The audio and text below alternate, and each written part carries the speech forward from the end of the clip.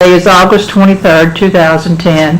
It's with two Mooresville gentlemen who were born here and lived here throughout their entire growing up years. I think Albert's never left. I think he's always lived here. Our interviewees are his older brother, Jay. He was known as Julian when he lived here in Mooresville, but he now goes by Jay Culp.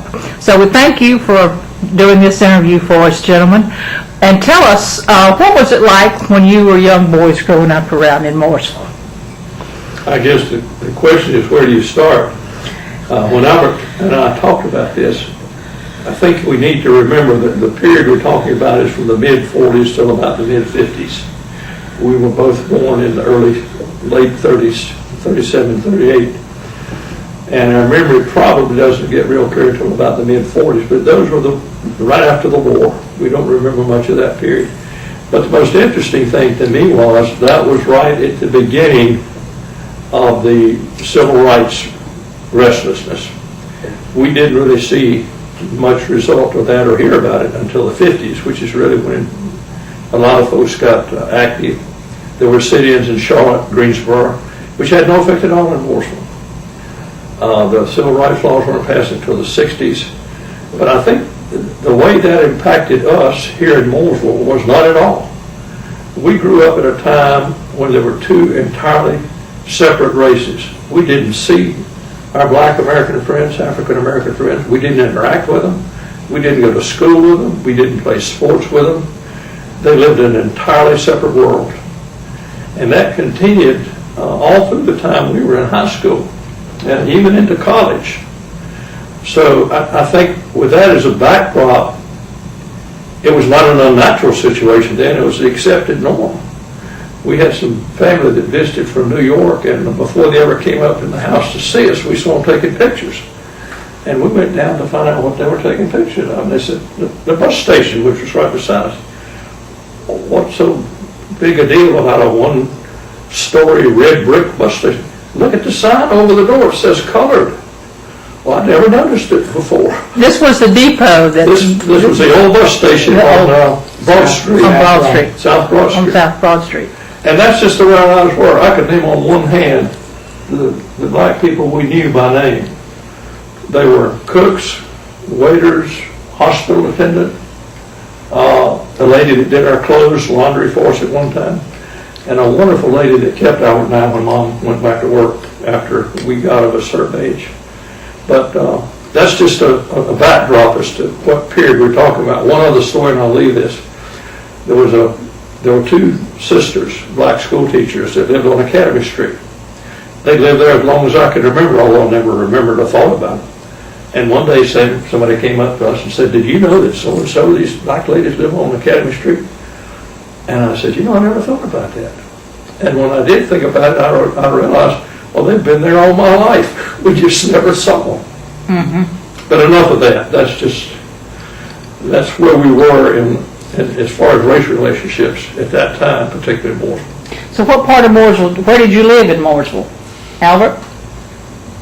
Any of my folks never owned a house, and we lived in about 3 or 4 different rented houses, all with probably within 3 blocks of here at the First Presbyterian Church.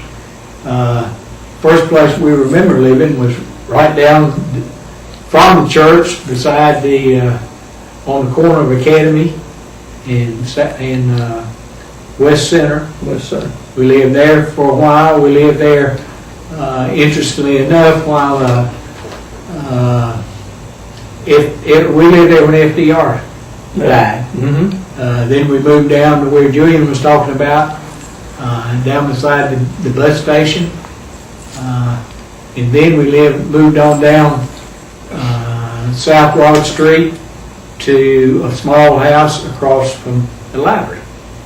And that's where we lived there when we were in,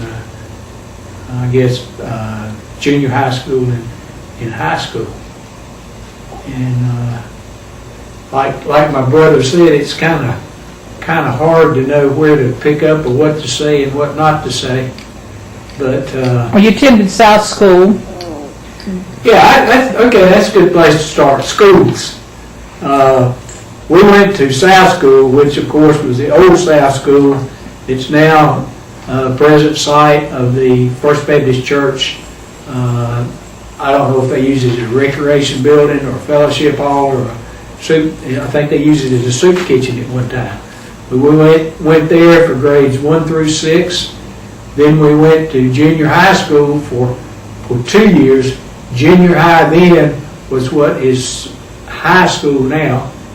And then we went to high school for the last 4 years. And high school then was the building that's now torn down. It's where Mitchell College is, across from the Methodist Church.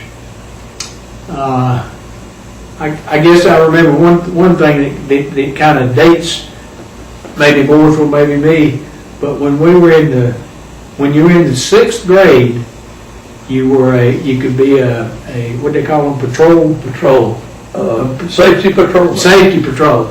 And I remember that my job was to stand down on the corner there on South Church in McClellan, across from where the cemetery is. And at that time, this would have been, say, 1949, late 40s, they were building the water tower that's down on South Church Street. So that kind of dates when that was built. I mean, I look at it now and say, well, it looks like a water tower to me. That's what it was then.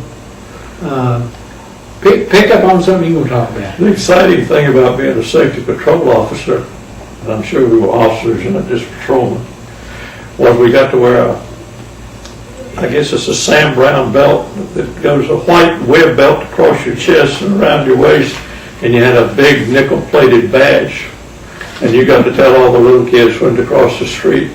If a car came out, I guess we could have told them to stop. I don't think it ever got to that, but I'm sure we had the authority. The other interesting thing I remember about South School, and bless her soul, Miss Mary Greenlee was a prototypical old maid school teacher who graduated into principalship. And she was wonderful. She was a great principal. But she had, like all of us do, she had a couple of hang-ups, and one of them was that if you went to her school, you'll remember the Clean Plate Club. It didn't matter whether it was Creasy Greens or Black-Eyed Peas or Ham Hocks or what. When you left the table, your plate was clean. And if it wasn't clean, Miss Mary Greenlee would sit down in your chair and put you on her lap and feed you the rest of it. And if you can imagine that happening in the schools today, you have a better imagination than I have. I can't imagine a little boy, how embarrassed a little boy would be to have to do that too, to have to sit on Miss Greenleaf's lap. Oh my goodness, well, it was not a pleasant experience. And I could remember that happened to me at least once. I think that was the first, last, and only time. I got to do that too. I think it was a prerequisite for graduation. I'm not sure. Do you recall who any of your teachers were at South School? Oh yeah. Yeah, Miss Winnie Gable, Isabel Cashin, T.D. Miller, is T.D. Miller? Jordan Johnston, Yeah. Neil Hampy, Yes. Miss McManus. I believe that's about all of them. And I'm not sure whether this was at South School or at junior high. I think it was at South School. Mom taught junior high most of her career. When I was assigned in her class by mistake, you didn't go to school with your mom as a teacher, but they incorrectly put me in her room, and I think that was in the 5th or 6th grade. And the first thing that took place that day was her marching down the office and said, "Get him out of here. This is trouble for both of us." As I say, my recollection is that was South School. She maybe taught there one year, but for whatever the reason or wherever it was, I wasn't supposed to be in my mama's room. I had your mother as a teacher for a short period of time too. Then we all got moved around because of the band. But was it a problem having your mother as a teacher and being a student in junior high? Not really. Good. Although you knew that all your friends and everybody in school knew that, hey, that boy's mama is a school teacher here. And so they just didn't say much about her to you. Well, the good news and the bad news was that, admitting some prejudice, Mom was a darn good teacher. Which means you didn't get battled too much. I remember one of her favorite notes that she kept was from somebody that wrote her after they graduated. It said, "Miss Culp, I didn't like you when you taught me in the 7th, 8th grade, whatever it was, but I realize now that you were a pretty good teacher, and I'm glad you kept me on the straight and narrow." So she wasn't feared, but I'm sure she was respected. Every now and then you get a couple comments about old Lady Culp's voice, but as Albert said, it was not really that uncomfortable. I probably wouldn't have said it at the time, but I was very proud of her. She was a darn good school teacher. Well, I know that both, excuse me, Al, go ahead. No, I guess while we're talking about schools, I mentioned the schools that we went to. Really, the only other schools in Mooresville were, there was Parkview School, which was an elementary school. So everybody, you went to either one or two elementary schools, everybody went to the same junior high and the same high school. And again, following up on the comments my brother started with, no association with our black brothers. They had their own school on West McClellan, I guess it was called Dunbar or Dunbar, and then later Woods, probably. And something else just rang a bell. While we were talking, we heard a siren. Pick up on the sounds of town when we were coming along. Well, that opens up a whole new Pandora's box, if you will. But to go back and do a little bit of history, Mooresville has had several reincarnations as a railroad town, as we know, back in the days when Mr. Moore gave the railroad some land or sold it or whatever. And it became a railroad town, I guess, because there was a lot of cotton being hauled around and ginned and milled and whatever, and probably some grain. And then it became a textile town. And when the textile mills were humming, the town was humming, which was true for a lot of the period when we were growing up. Yeah.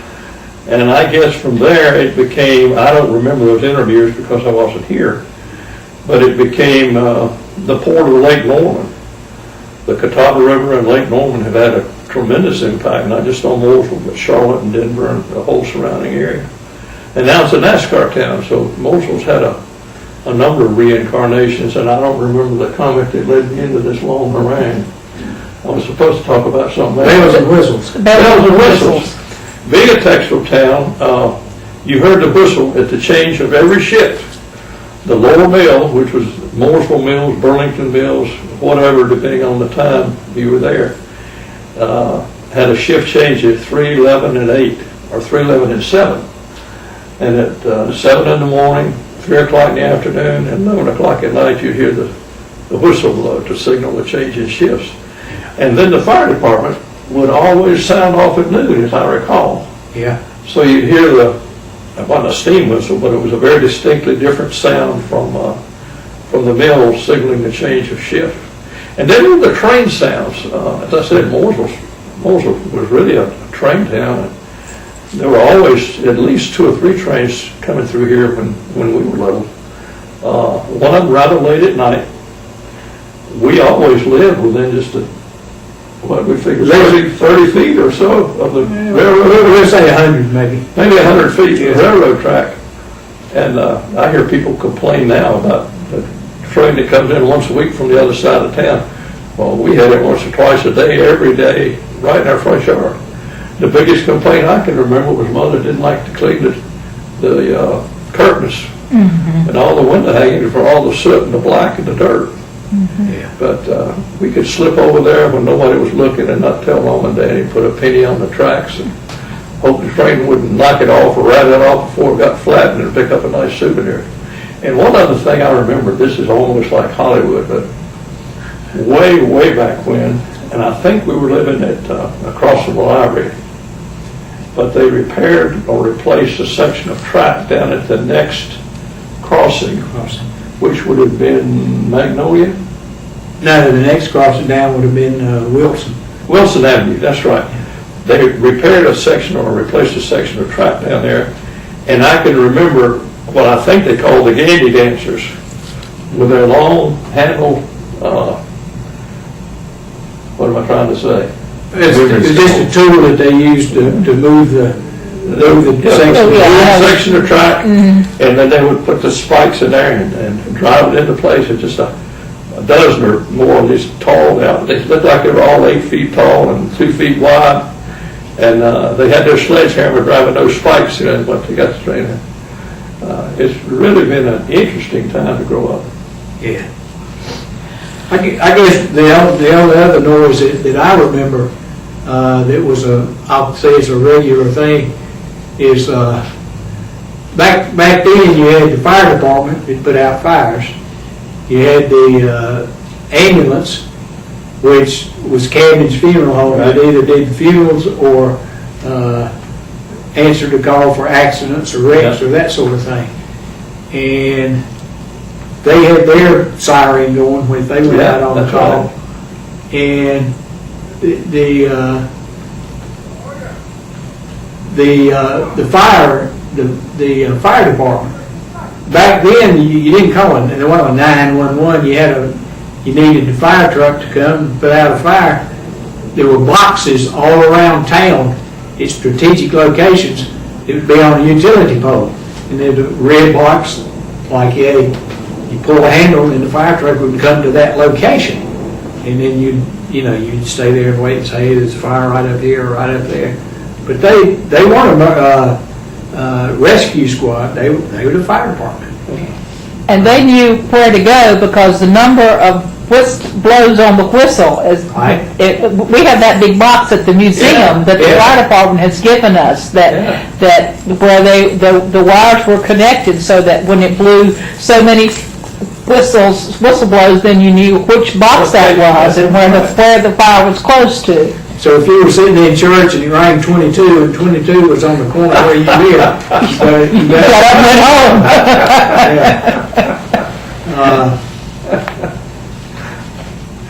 Okay, well, what did you do for entertainment other than putting pennies on the railroad track? Let me mention one other little side story about the fire department, and then we'll talk about entertainment. One of the most famous fire trucks, quote unquote fire trucks, that the city of Mooresville had was one they impounded from a man that used to run Little White Liquor. Just like today, if you were caught running illegal moonshine, they impounded your car. And it was a rather famous rum runner from Mooresville or from this area who had a nephew who was in school with me. He was a year or two older. But this gentleman was caught some year during when we were in high school and put on a chain gang, and they took his car. What was it?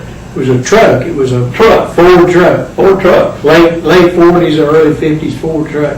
They gave it to the fire department, and they painted it, I guess, fire engine red. Yep. And they loaded it up with chemicals. And if it was a grass fire, something that was not a big conflagration, it didn't require a hook and ladder and 40 men. It was just a matter of how quick could you get there and put it out. They would hop in that little old Ford truck and go ski down the road, put some chemicals on it. They'd be back before the fire whistle started blowing. One other sidelight too. Albert mentioned that the fire department and the police department, I think, were housed at the same place. Yeah. And most of the policemen were part-time firemen, and the firemen were part-time policemen. And the policemen were also animal control. And I'm not particularly proud to tell this story, but we lived two or three houses behind the police department. And when they found a stray dog, they'd tie a rope around his neck and tie it to the telephone pole and put a .38 slug in its head. And Albert and I would wait till they hauled the body off. I don't know what they did with them.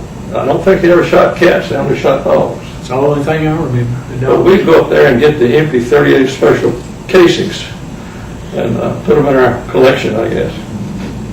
Tell me about entertainment. Well, let me pick up on one thing there, and then we'll talk about the entertainment. In those years, quote, town of Mooresville City Hall, whatever you want to call it, was located on South Broad Street, right here practically at the church. There was a Carwood Furniture Company was on the corner, and then about one store down was the fire department was located there, the police department, the water department, The animal control department? All of that was right there. And that whole building has, of course, been torn down now, and that property is owned by the First Presbyterian Church. But that was a big change from what it is now. I guess the city hall now was built 1950, maybe, something, give or take. Yeah, I'd say, there was a big house that was there. Yeah, on yeah, that. yeah. And I think I won't say that because I'm not sure. And talking about some of our more colorful characters, there's two other stories about Mooresville's and its moonshine history.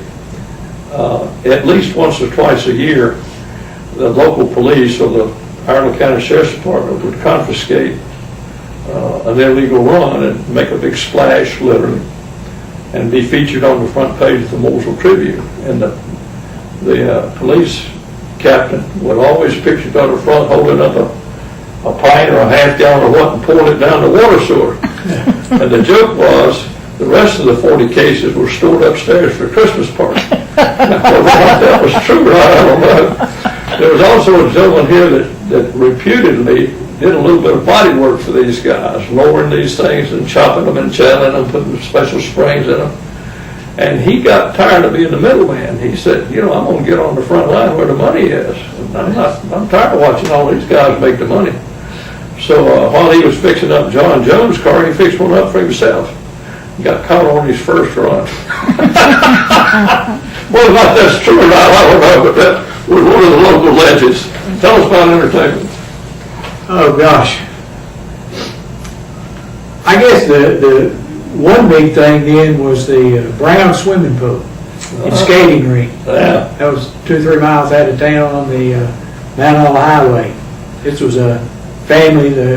Frank Brown was a postal clerk, and his family on the side out at their house ran the swimming pool, which obviously was a summer thing, and then they had a skating rink there, which you could have private parties there or that kind of thing. It was one of the favorite places for school groups and church groups to congregate. I tell you, we spent I'll let you talk about the teenage club.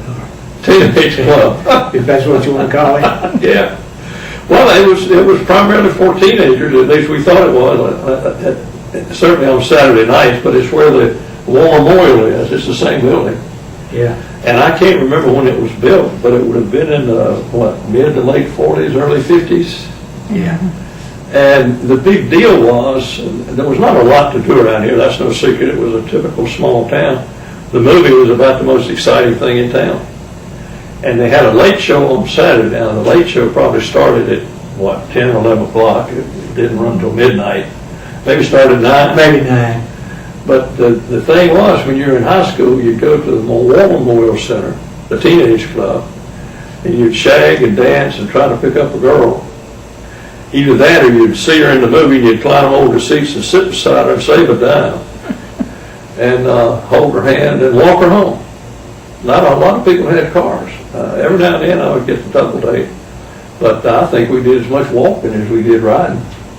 But you could go to a movie for 5 or 10 cents, and it didn't cost anything to go to teenage club. And it was a very active social scene.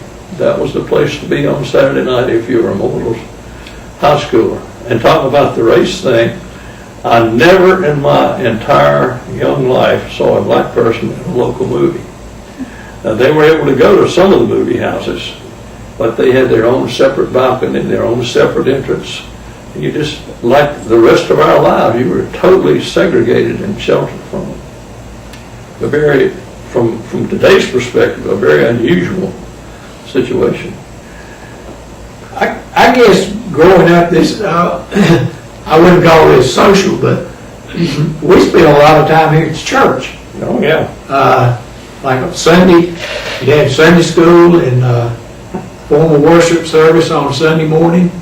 We had the young people's group would meet late Friday or late Sunday afternoon, eat at the church, and we had church services Sunday night.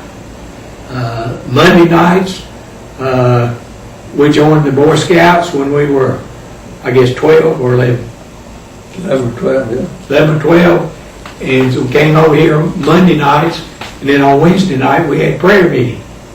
So add all that up, we spent a good bit of time here at the church. I think you said you wanted us to comment about Boy Scouts or make some comments. Yeah, talk about your scout troop. Let me make one PS to the church comment.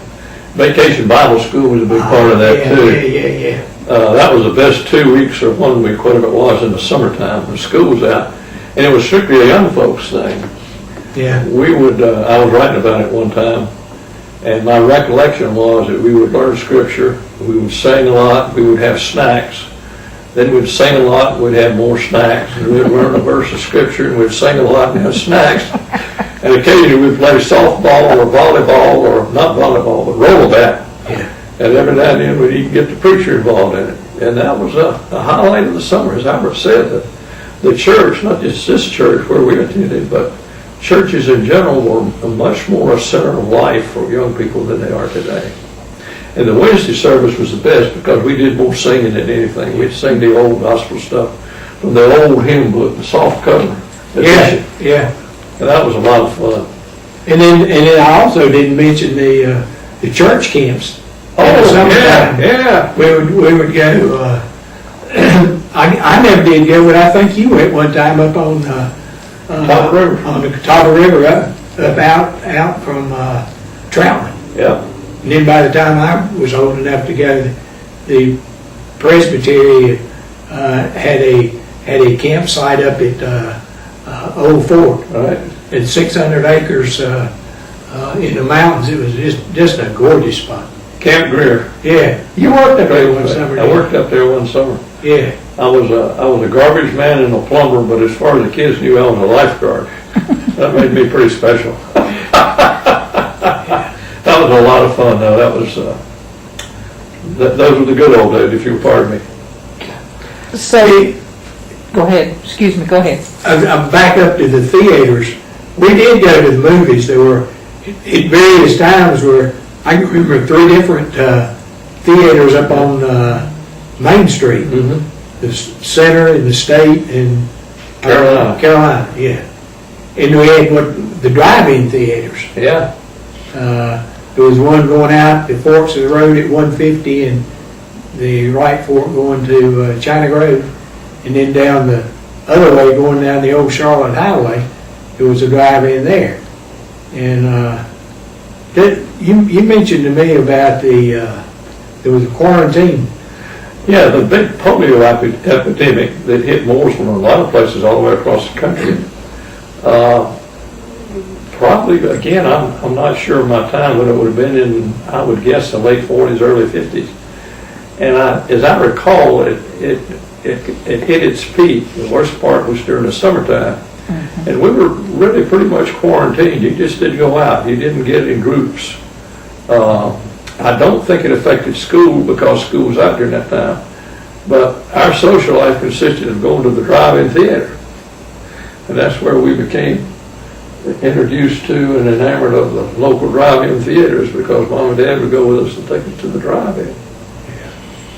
Because we weren't allowed to go to the movie theater right. because we were not allowed to be in groups. That's right. That was in the days when you got a real bad case of it, you spent a lot of time in a, quote, iron lung. Mm-hmm. That was bad stuff. And it hit this area pretty hard, as I recall. Mm-hmm. Yeah.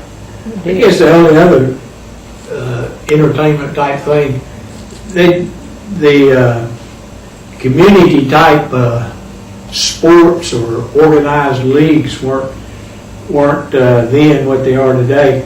I guess I played baseball maybe a couple of years with some of the local groups. Little League. Little League baseball, yeah. The Mooresville were a big deal. Yeah. That was a semi-pro team, I guess. Is that what you call it, or was it professional? It's professional because it was Class D professional baseball. And of course, in a small town like Mooresville, you knew these guys. You know, they lived down the street or in an apartment across the town or whatever. And one of the big sticks literally was Norman Small, whose family lived in town. Yeah. And usually there were a couple of ball players that lived with his family, and then there were a couple that lived beside Charlie Victor. And so that was a big deal. We didn't go a lot, but the old ballpark down at the mill was a hot spot during the summer. We had some good ball players. Hoyt Wilhelm was the knuckle baller, who made it to the big leagues. He's in the Hall of Fame. In the Hall of Fame, that's right. And I guess he was from this area, I'm not sure, but he certainly got his start here, and he perfected his knuckleball with the Moore for Moore. Norman Small was the big stick, and we had a lot of others that were pretty fair ball players. Pretty fair ball players. The other thing we did for entertainment, quote unquote entertainment, it had a lot of ramifications, but part of our education came from comic books. Mm-hmm. For 5 or 10 cents, you could buy Nyoka and Tarzan and the Green Hornet and Wonder Woman and Crime and Punishment or whatever. And the big deal was to trade these things. And you'd read them and stack them up and trade a stack to Charlie Bittinger or Sonny Germain or somebody who had something you had read. Dickie Gunner, yeah. And if you really wanted to get educated, you read the classic comics, because what they were the classics with pictures, not too many words, but lots of pictures. Robin Hood and David Copperfield, and all the greats were limited within the pages of a comic book. And if you dared do it, I hope nobody's listening. Sometimes if you had a book report in high school, you might even find a classic comic that told the story. But no, and of course none of us ever did that. But I heard stories about it.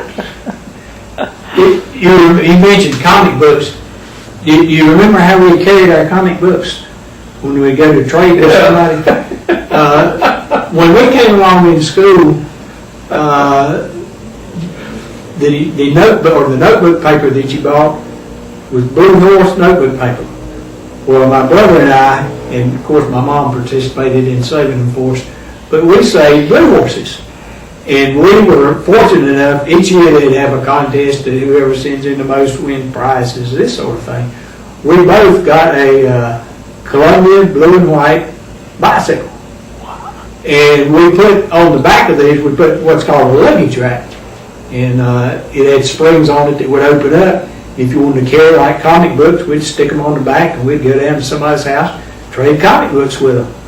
And I guess the other thing we did with those bikes was we went up to Turner Hardware and we'd get a wooden, got them to give us a wooden box. It was a cartridge box. I guess they were shotgun shells, but the box would be about so long, so wide, so deep. And you could fill that up with comic books or just use a luggage rack. And I guess the other thing we did with those, occasionally we would bring some groceries home for Mom. Right. Grocery stores. That opens up. That's a whole new thing. The grocery stores then were all. Let's see. Johnson's was here on Broad Street. Yeah. And then on Main Street, our folks shopped at Bayhue and McNeely. Teeter got their start there, right in through there. There was a City Market. Yeah. McLean's. And then you could have your groceries delivered if you wanted to. And you could charge. Yeah, that's what Mom would do. She would charge groceries, and then once a month when she got paid, she'd go up and settle up her account. 0 interest. Yeah. As long as you paid your bill. And the Teeter boys of Harris Teeter started right up here on Main Street. I think one of them was the meat man, one of them was a produce man, and the two wives right in the cash registers. Nothing changes. Women still got all the money. We do all the work. We were going somewhere, and I don't remember where it was. I'm not sure. Well, picking up again on stores and what was in this area. Of course, then Mooresville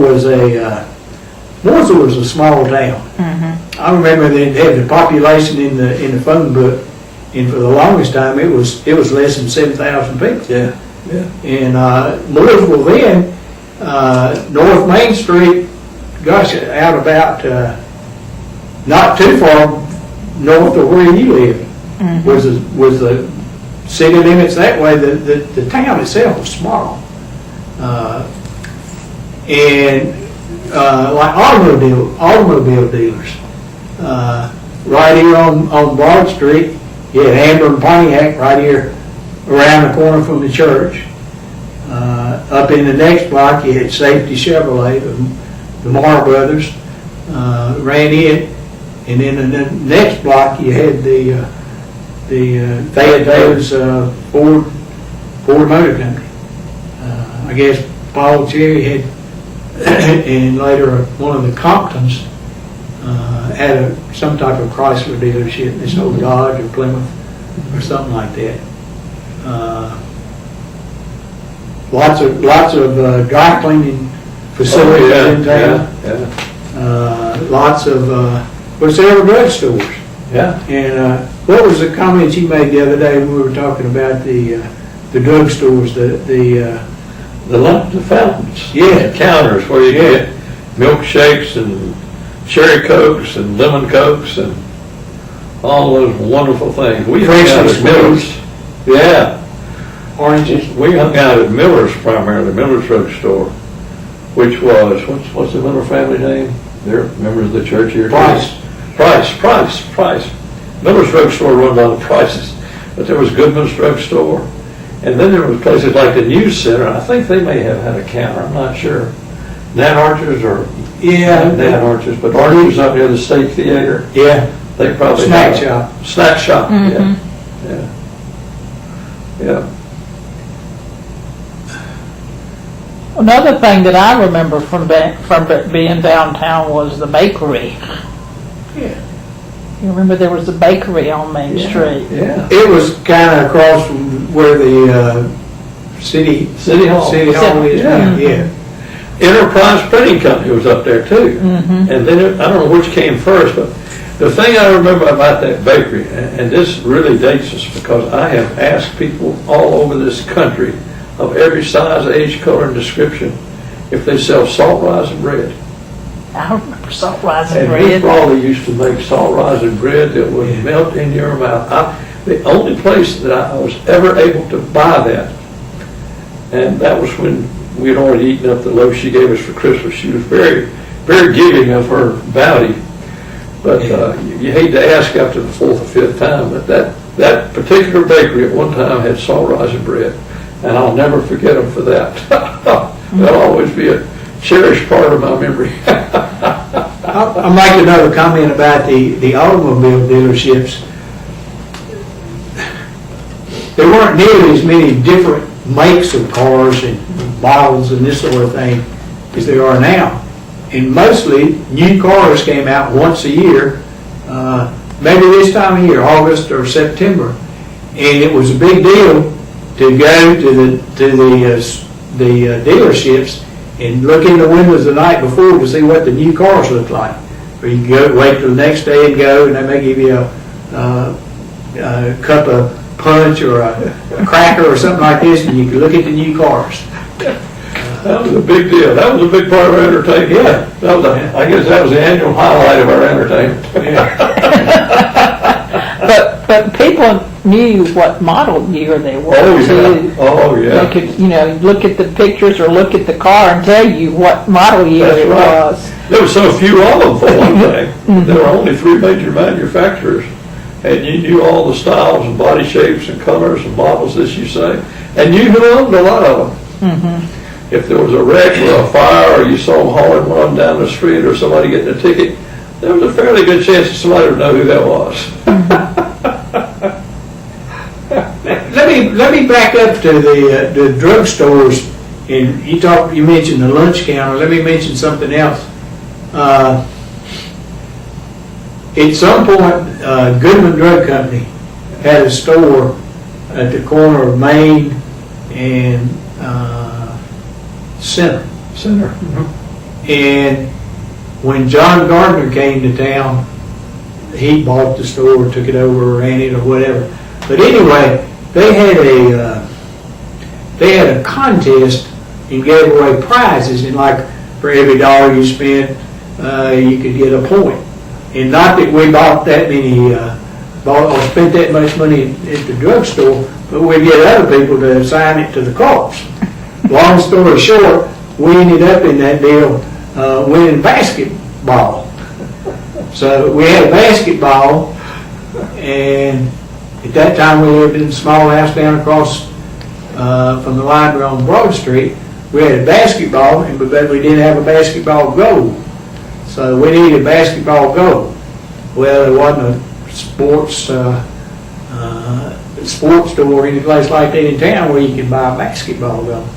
Now, you correct me, but if I remember, Daddy took you to the bus station, put you on a bus, and sent you to Charlotte, and your assignment was to buy a basketball goal, which you did. You went to, I guess, Farmers Gardens on South Trine Street, got a basketball goal, and brought it home. And Dad built a basketball goal, which we put up in the backyard, and we had a lot of pickup basketball games. And That was a lot of fun.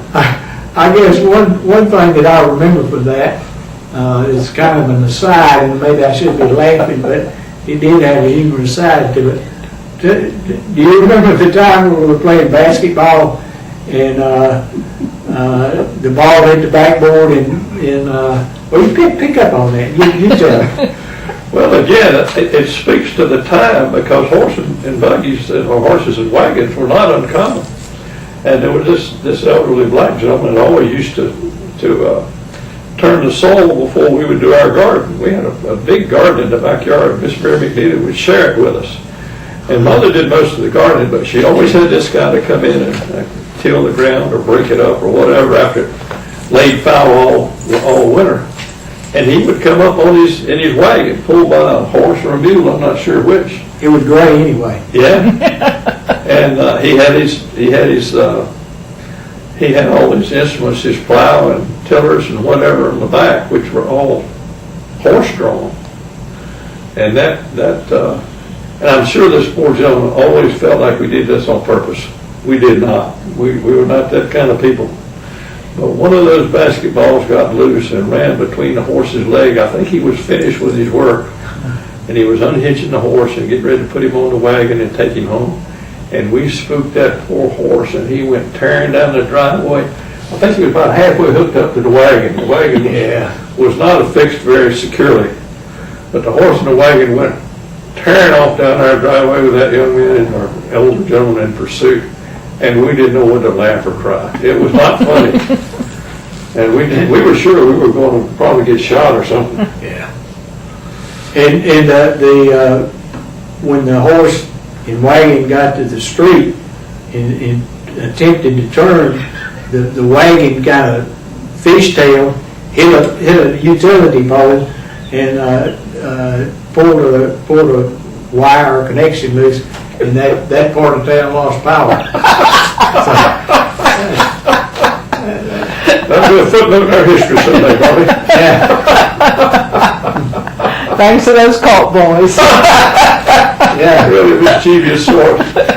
You know, when I was driving down here from Charlotte, driving up here from Charlotte, for some reason, my wife and I were on 115 and 21 and 77.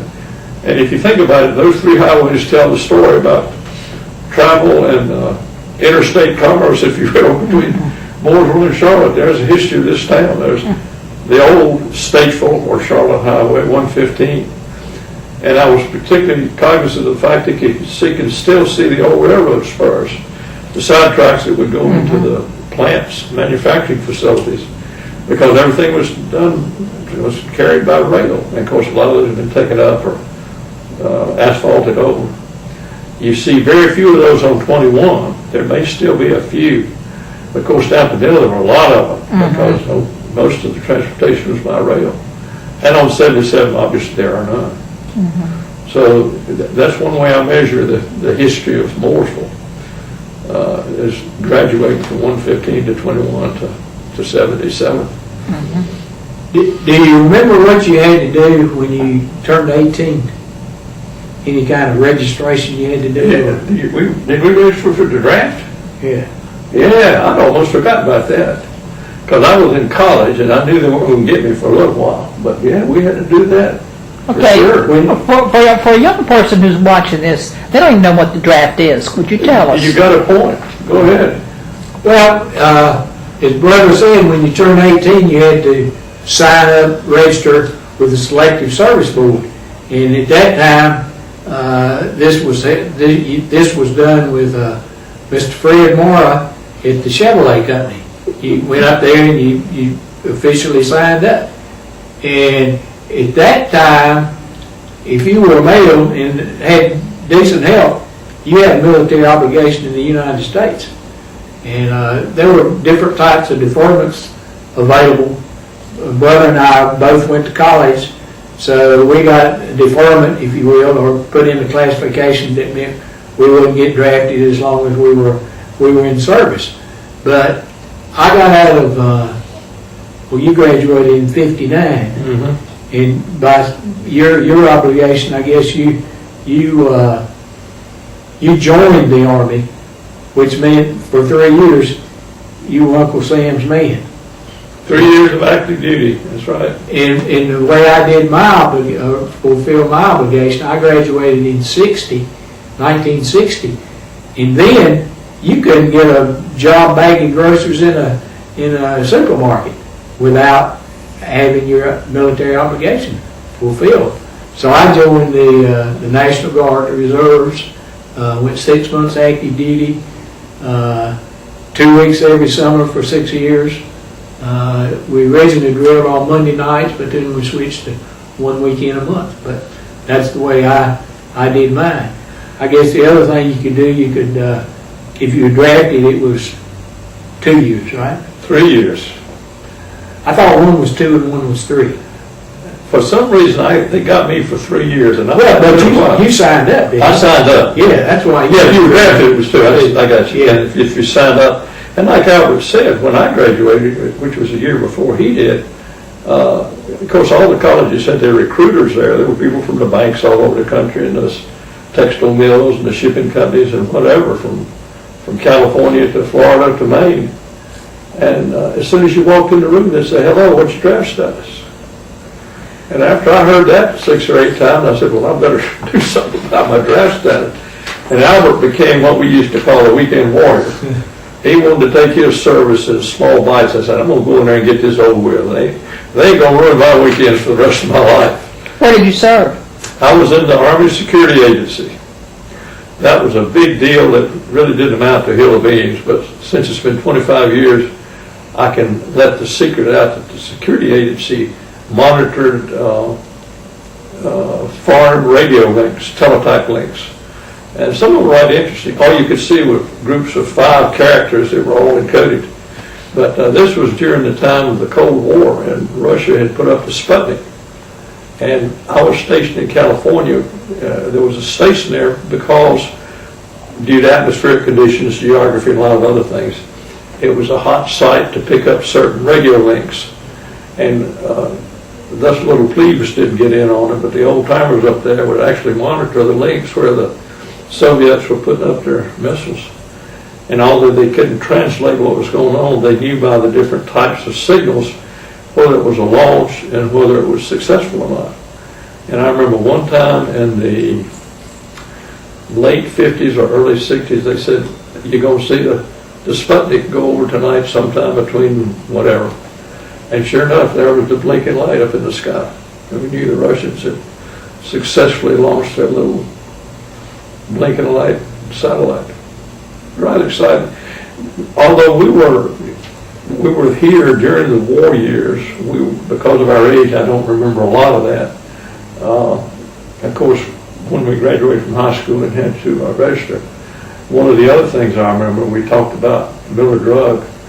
You could save up your pennies, nickels, and dimes and buy war stamps. You could trade the stamps in for bonds. The bonds were big bucks. They were $5 and $10. But for nickels and pennies and dimes, you could get a book and put stamps in. Do you remember when during the war, or were you too young to remember going with your mother to the grocery store and how we're using ration stamps? Yes, I remember the the facility where they sold the ration stamps, or where you bought them or traded or whatever, where you got your allotment. It was where there's a restaurant or a bar there now. It's on Main Street before the corner of Main and Center, I believe. I don't remember. At any rate, it was on the right there, and I remember there was a lot of glass, and it was a typical government office, very spare. And we would go there to get stamps for, I don't think we had a car, but that's where you got stamps for gasoline. Sugar's the thing I remember. Mm-hmm. And the other thing I remember, this sounds like something out of a bad joke, but the kids used to save aluminum foil, tin foil. And we would roll it up and make balls and give it to somebody who would send it to Uncle Sam, and they would use it in our aircraft to drop over Germany or Japan or where they were bombing, because supposedly it would interfere with the enemy radar. And it makes sense, I don't know, but I remember that's one of the things we did. And maybe somebody was pulling our leg and taking our tinfoil and selling it. We used to collect tinfoil for the war effort. There was one other remembrance about the war. It was probably toward the end of the war, maybe right after. An entrepreneur came through town with a big wagon, with a big truck, and inside he had a Japanese torpedo, but it was a kamikaze torpedo, and the little Japanese man, being slight of stature, was able to fit inside it and lie down. And just like the kamikaze aircraft, they had these things that they would set off from their ships that torpedo America or Allied shipping. And this was supposedly the real thing. This was one of the few, I think, that was sponsored by an individual, and you had to pay a quarter or something to see it. Mm-hmm. But it parked right up on Main Street, and it was a big attraction. Mm-hmm. The government had all kinds of things going on. We had parades and all, but I particularly remember the little tiny Japanese underwater sub, the kamikaze sub.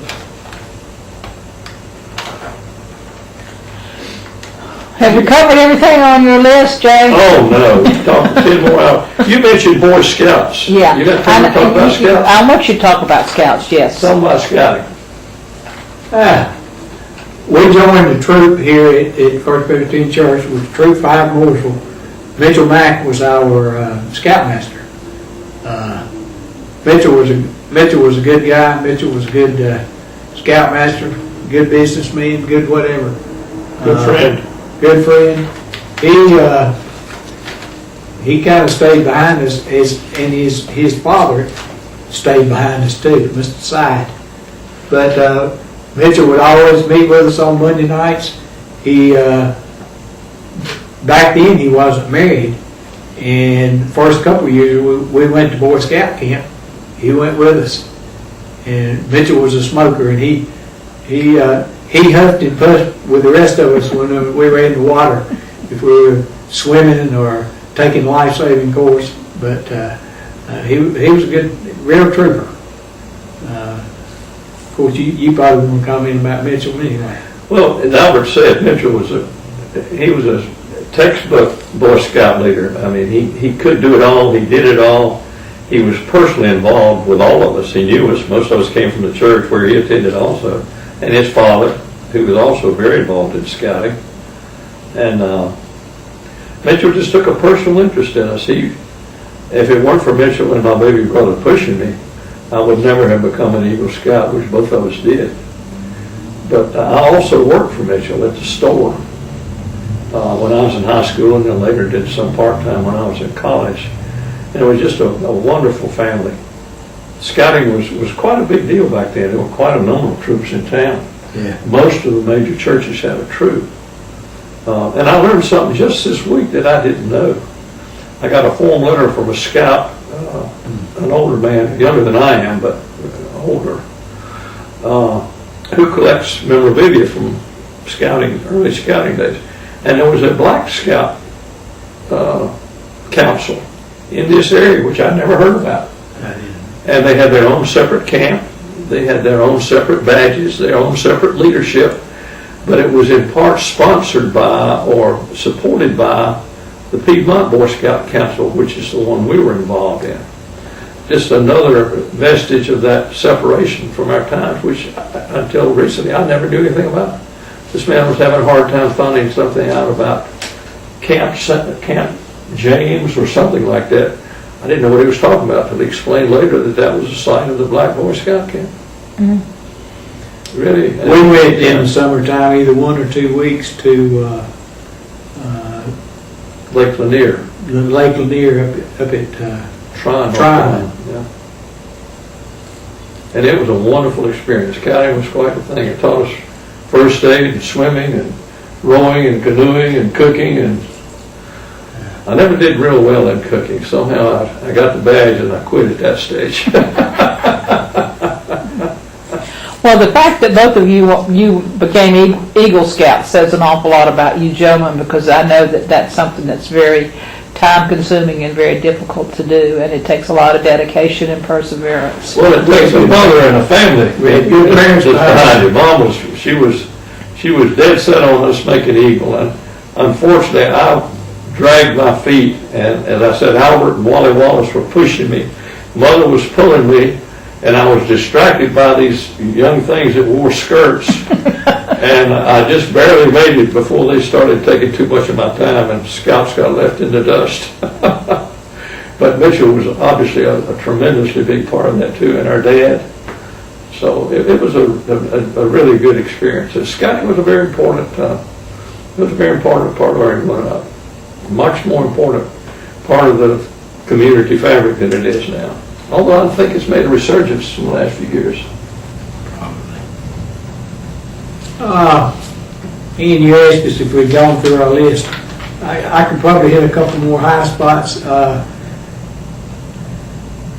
Where the first, or the corner of South Broad Street in McClellan, where there's a building now that used to be Teeter's Supermarket. When we were young, that was a large vacant lot. Had big oak trees on it, but no buildings or anything. Probably, I guess, at least once a year, a what's the correct word? Fair, carnival.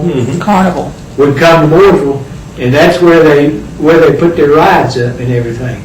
So that was a big deal when the carnival. And you were came. within walking distance. Yeah, we were in walking distance. I guess a time or two they used to have maybe a circus that came up. Up where North Broad and Statesville Avenue, kind of in that junction there. Yeah. He'd come up there a couple of times. They would also have tent meetings, revivals at the Harris Teeter, or the Teeter lot there. And a couple other things, physical changes in Mooresville. Mooresville Mills had I may have the wrong term, but a community center or a house. I guess maybe it was a precursor to what do you call it, kindergartens, or but the house is no longer there, but down on South Main Street, the next corner down from the library, the mill owned a house there, and they had people who, well, I guess people who worked in the mill could leave their children there. I guess that's what it was. But they had tennis courts down there on that area. The whole place down there now, where there's I guess a gas station, or and on the backside where there's that mobile home park. All of that was recreation type area. The baseball field on the backside, lighted tennis courts, horseshoe. That was a recreation thing. Yeah. That's also one of the places that they distributed their Christmas goodies. Like everybody in this town, Dad worked at the mill for a while, and we knew people that worked at the mill, and I don't know how we got involved in it, but the mill gave out bags of Christmas goodies. A lot of it was food. Fruits, not pineapples, but oranges and apples and that sort of thing, a few toys, a lot of candy. And it was usually in one of those big grocery bags. And that was a real treat. And every single family, as I recall, got one of those bags. Every single kid got one of those bags. And they would go down. I guess they did it by shift or whatever. But that was quite a big deal. Big deal.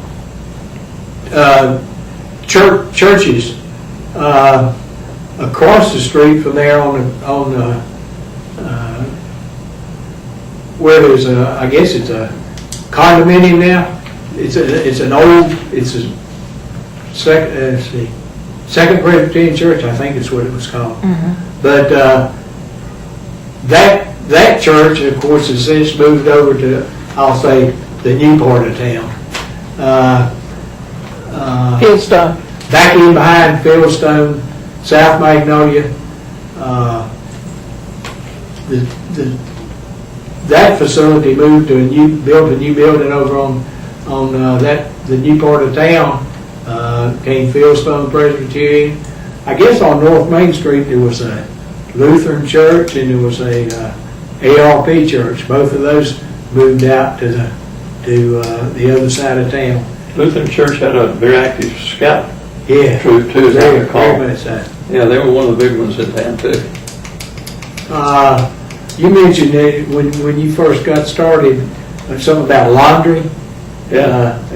I think it was Monday mornings, Mom would take all the sheets and the towels and the T-shirts or white goods or all that kind of stuff, bundle them up in a sheet and put them on the front porch, and the Mooresville Laundry would come by and pick them up, wash them, dry them, do all that good stuff, and deliver them back and put them in a brown wrapper.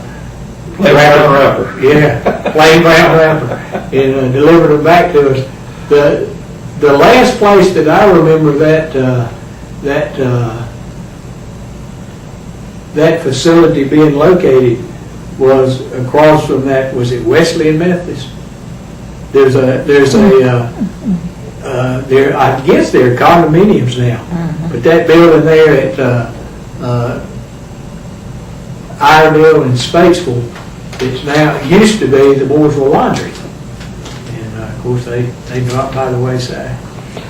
Also, didn't you have milk delivered to your house? Yeah. This was dairy country. We had Edmiston's Dairy, Harris's Dairy. How many more? Those were the two main. Those were the two big ones. Yeah. Seal Test had a big plant in Charlotte that processed milk. You also got ice delivery too.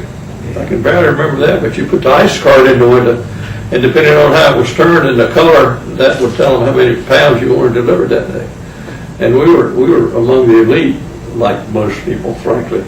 We had an electric refrigerator, but we had an ice box on the back porch for the overflow. And we would get ice. The best thing about the ice delivery was they used to cut the blocks, depending on whether you were 5, 10, 20 pounds. They used to cut it with these big old cross-cut saws, either 2-man or 1-man, depending on what size they were cut. And Johnson was the ice dealer. And if you could catch the truck or go up there when they were cutting the ice shavings from that cross-cut saw, it was ground ice. Oh, it was in the summertime. That was the best thing in the world.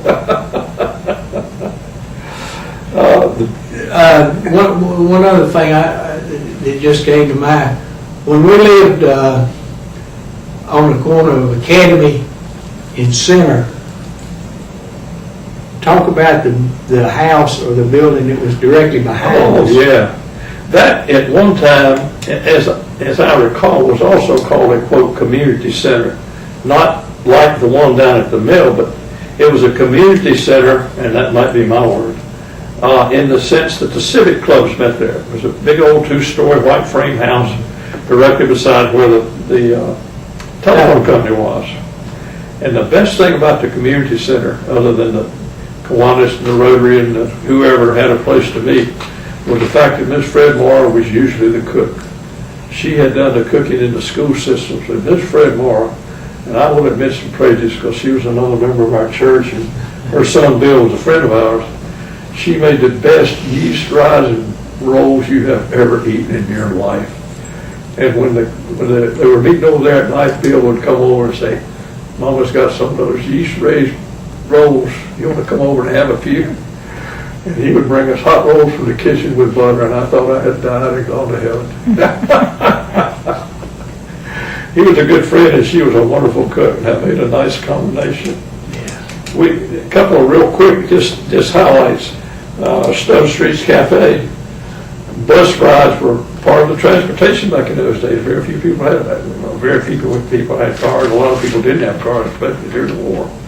And we did some traveling more than once by bus to visit relatives in South Carolina or whatever. Mooresville at that time was the home of that great deluxe ice cream.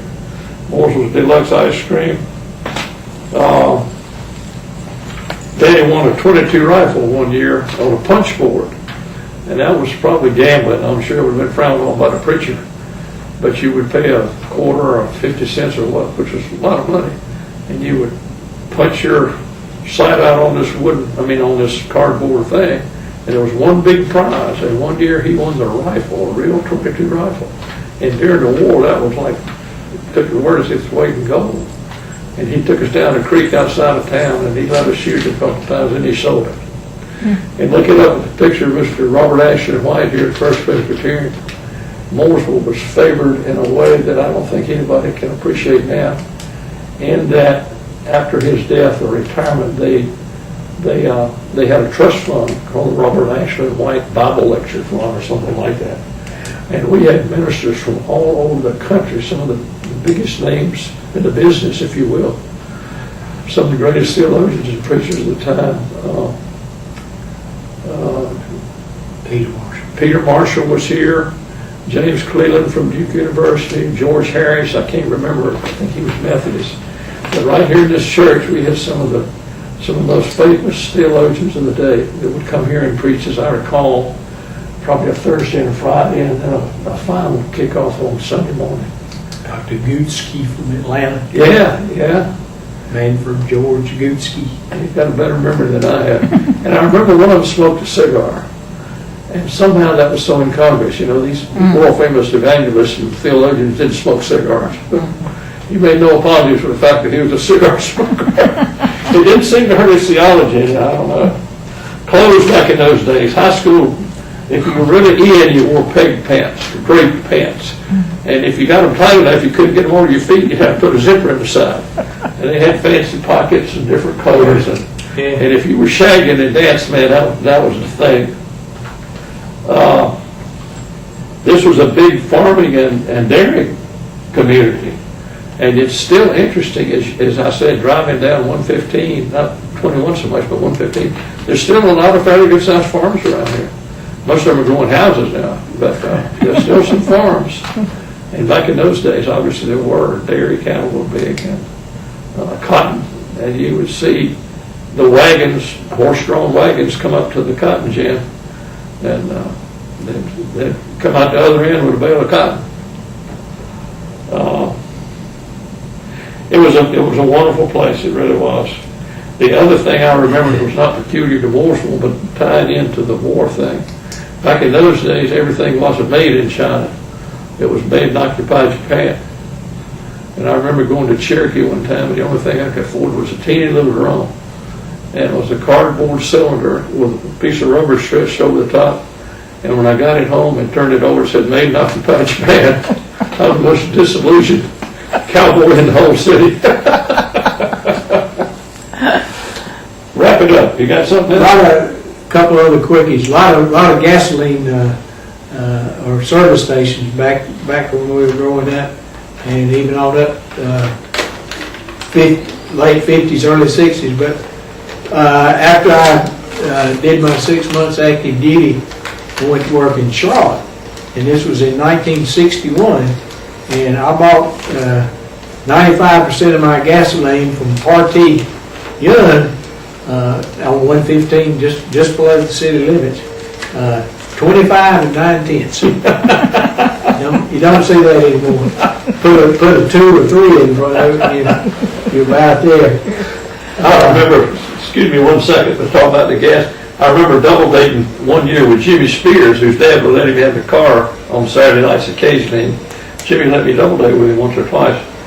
And his daddy had 2 rules. He said, you can't wreck my car, and you better not bring it home empty. So we had a successful night. We hadn't wrecked the car, and we stopped at the filling station before Jimmy took the car home. And we pulled all our remaining resources. We had 25 cents between us, and we filled it up.